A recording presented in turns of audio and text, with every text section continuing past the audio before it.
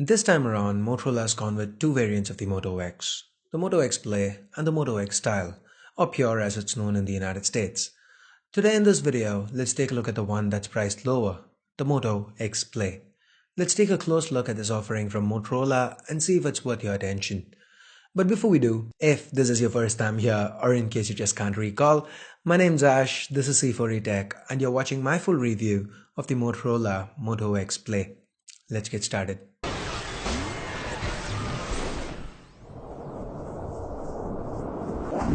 As always, let's start with the build. We have the power button and the volume rockers to the right. Up top, we have the 3.5mm headphone jack and a slot. Here's where you pop in dual nano SIM cards and the micro SD card goes to the back of the tray. We have nothing to the left and the micro USB port can be found at the bottom. Note that there's support for USB OTG here. You do have to install a free file manager like ES File Explorer though. To the front, on top, we have the sensors, earpiece and a 5MP front-facing camera. Below that, we have a 5.5-inch display and the single front-facing speaker resides at the bottom. The X-Play does not have a notification LED since it uses Motorola's Moto display tech. To the back, we have a 21MP rear camera with a dual LED flash followed by the Moto dimple. The secondary noise-cancelling microphone can be found at the bottom.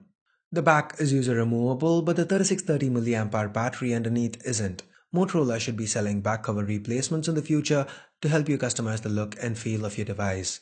Talking about the feel, the X-Play doesn't feel heavy, though it weighs in at about 170 grams. The weight seems evenly spread, and that curved back like with other Motorola phones does help hide that almost 11mm thickness. Despite the 5.5-inch display, the form factor is also quite compact. If you have average or large-sized hands, you could get away using this phone single-handed at most times. It's worth noting that the X-Play also has a water-repellent nano coating and is IP52 certified, so it should survive rain and most accidental splashes. You cannot dunk it in water though. Anyway, the Moto X-Play sports a Gorilla Glass covered 5.5-inch IPS LCD display with a full HD resolution. To those keeping count, that's 403 pixels per inch. This display is sharp, has decent viewing angles, and is quite color accurate to begin with. On top of that, Motorola has also provided an option to tone it down to more natural levels if you so required. This display can also get bright enough so as to not pose issues outdoors. Now underneath the hood, the Moto X-Play is powered by the 64-bit Snapdragon 615 chip. That's two sets of 4 Cortex A53 cores with one set clocked at 1.7 GHz and the other at 1 GHz each. These are coupled with an Adreno 405 GPU and 2 gigs of RAM. The 615 chip's infamous for its overheating issues, but thankfully, even with intensive gaming, the X-Play didn't get too hot.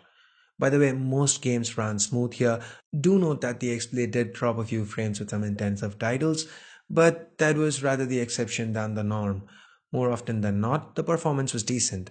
The audio via the single front-facing speaker was loud and clear. The call quality with the X-Play was excellent. The audio via earphones wasn't too bad either. Now let's get to the one area that's been the bane of Motorola's existence for the past 2 generations. The camera. The X-Play sports a 21MP rear and 5MP front camera combo. The 5MP front shooter performs adequately, nothing special, gets the job done. The 21MP rear camera is also quite decent. It nails colors and exposure, there's ample levels of detail as well. This camera does struggle a little when it comes to macro shots, even when compared to its lower price sibling, the 3rd generation Moto G. But that being said, it does perform well overall, even under artificial or low light scenarios. This camera can also shoot 1080p videos and they turned out surprisingly stable. Minor dynamic range issues apart, this was solid 1080p footage. The X-Play uses Motorola's own camera app. It's quite minimalistic and easy to use. Swipe from the left to access various modes. Swipe from the right to access the pics that you've shot. You can also turn on a ring to adjust exposure and focus. Tapping anywhere on the viewfinder snaps a picture. Like I mentioned earlier, the Moto X-Play is powered by a 3630mAh non-user replaceable battery and the battery life was very good.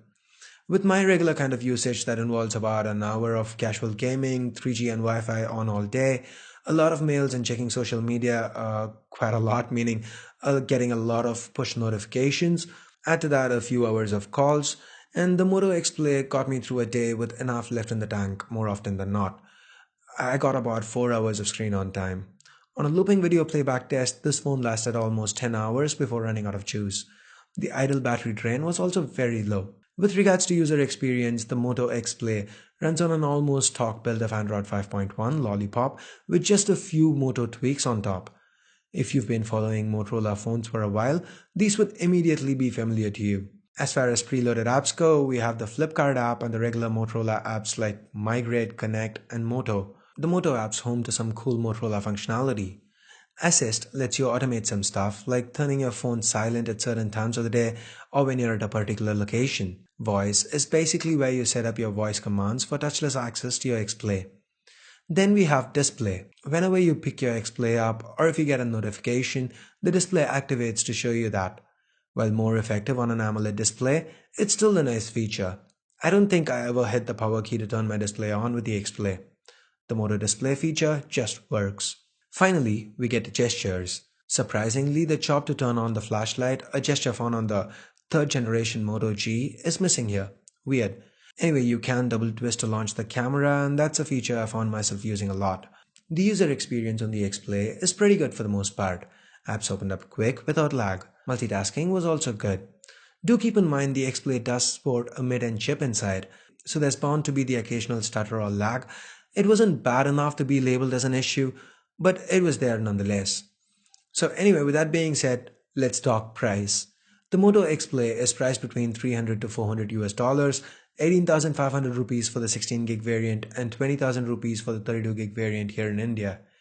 For this price, the X-Play delivers decent performance all around. Does it have a few cons? Yes, but then again, Motorola isn't charging a premium here, not really.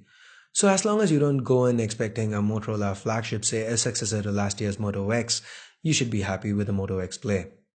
So there you have it, my 2 cents on the Motorola Moto X Play. Do you agree with my conclusion?